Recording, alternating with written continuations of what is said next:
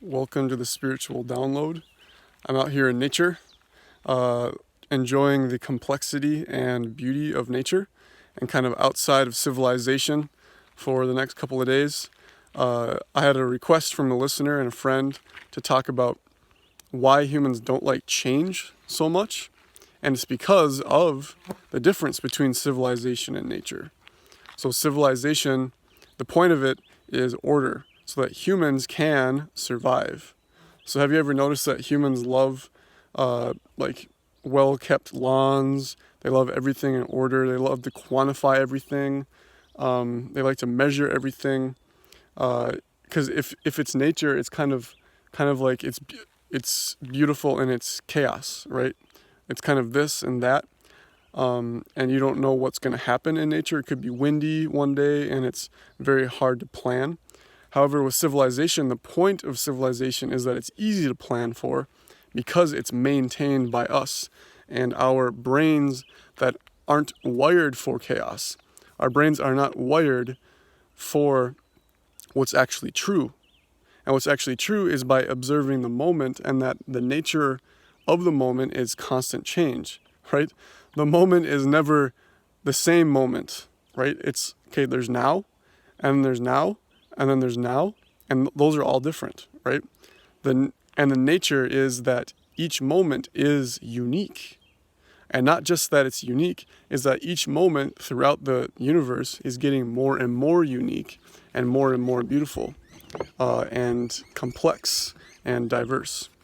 So that's the basic difference, and that humans really dislike this chaos because it's dangerous to themselves, meaning their identity and their bodies.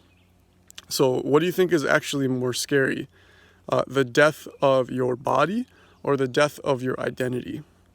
Okay, it's actually the death of your identity is more scary. Okay, because if you imagine someone who's like super enlightened and does not care about their identity because they realize that they are everything, then the death of their body does not matter because they are everything. So they realize that the end of their body is not the end of them. Okay, and that's actually more real than what we have, where we identify as our body, first of all, and we believe that we are separate from everything else, and that we need to have this identity like me to be unique from everybody else that seems separate from you. And we do this by joining in groups as people. We do this by playing roles, even. Like, you actually have different roles in your life. You could be a coworker, you could be a professor, you could be a sister or a brother or a dad, mom, child. Humans we wear different hats.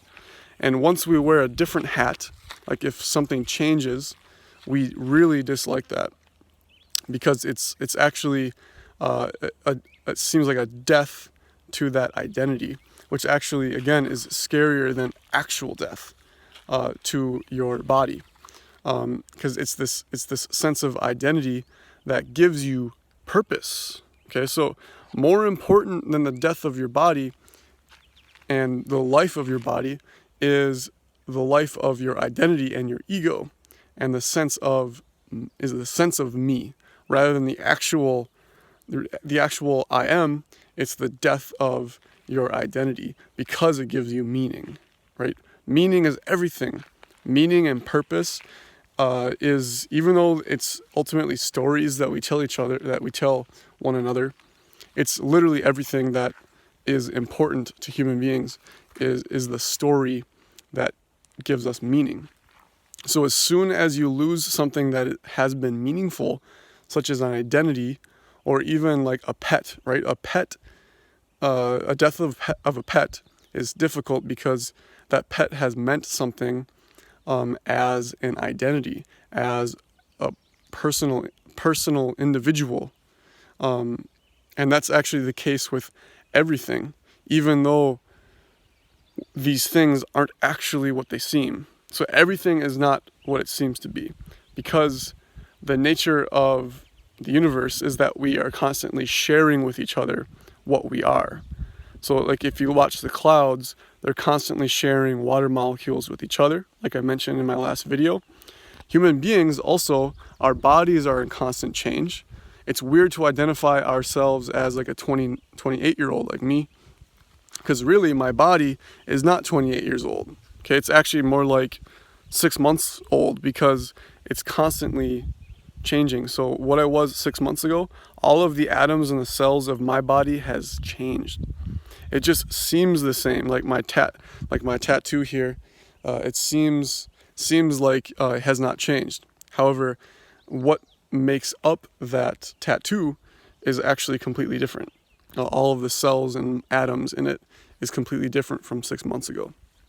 Okay, so that's kind of the nature of everything, that everything looks stable or everything looks constant. Like these plants out here, these plants look constant. However, that's only from our human perspective, because that's what we need to survive, is to know why are these plants advantageous to me? Are they poisonous, or can I eat them? Okay, that's the only reason why we call these things plants, is because they either help or hinder our survival. Okay, whereas in reality, what plants are not plants. In reality, it is shared energy or shared consciousness. But it's better to think of it as energy, because we're stuck in this physical universe for now. So that is what things are, is we're constantly sharing things with one another. We're actually not one another. We're literally the consciousness or the nothingness as like the foundation within all of this sharing of energy. Okay, so the sharing of energy is what evolution is. Okay, but we are not evolution. We are the substrate or the foundation that evolution happens inside of. Okay, so that's very, very big, but it's a very, very important point, because that's actually proof that you don't die. The proof is that you have always been the universe, because the universe is constantly sharing energy or things, matter, atoms within itself. The universe is sharing things within itself. But again, those things aren't things like we think. There actually aren't trees. There actually aren't clouds. It's literally all shared substances.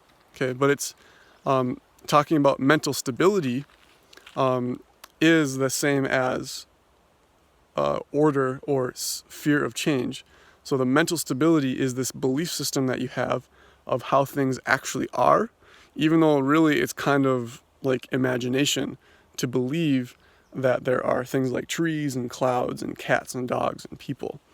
That's kind of, like I said, that's the story that we tell each other to give ourselves meaning, because we believe that we are the center of the universe. Not literally, but figuratively. If you watch your thoughts throughout your day, 90% of them are about you. But if you think about it, that is why you suffer, because you don't exist. Of course you're going to suffer if you think about all of these, something that doesn't actually exist in reality. If you want to have less suffering, you have to embrace the change, right? And know that, wow, these thoughts arise and they talk about this thing of me, but then you can ask, like, what is me? Really? Like, what is me? Because I can't be the body, because I believe I'm 28 years old, but my body is constantly changing. Okay? Am I this identity? Well, even your identity has changed, right? I used to be 2 years old, but now I'm 28 years old. I act much different than I used to. My values have changed. My beliefs have changed. I feel very, very happy, though, because I am kind of open to this change. Like, my mind and my heart is very, very open to this change. However, it's not open enough, because I haven't embodied the fact that I am not a human and I am not a person, because that is a story. I need to be open to the fact that I am much greater than that I am outside of time and space. Like, my nature is infinity, because I am really the thing or the non-thing, the consciousness that even created the universe in the beginning, and will exist in the end. Because see, you don't die, because you realize that really life is not about you, it's about the big you, which is the universe. Okay, and that's why we suffer, is because we focus so much on ourselves, and we don't realize that it's about the aggregate happiness. It's about the aggregate well-being of all of these beautiful plants and all of the other planets in the universe. It's not about your particular suffering, because you believe that you are more important than something else. But it's complete equality when you realize that everything is being shared with one another. And this is a very beautiful realization. So if you guys have any questions, you can comment below. If you like the video, click that like button. See you guys next time. Bye.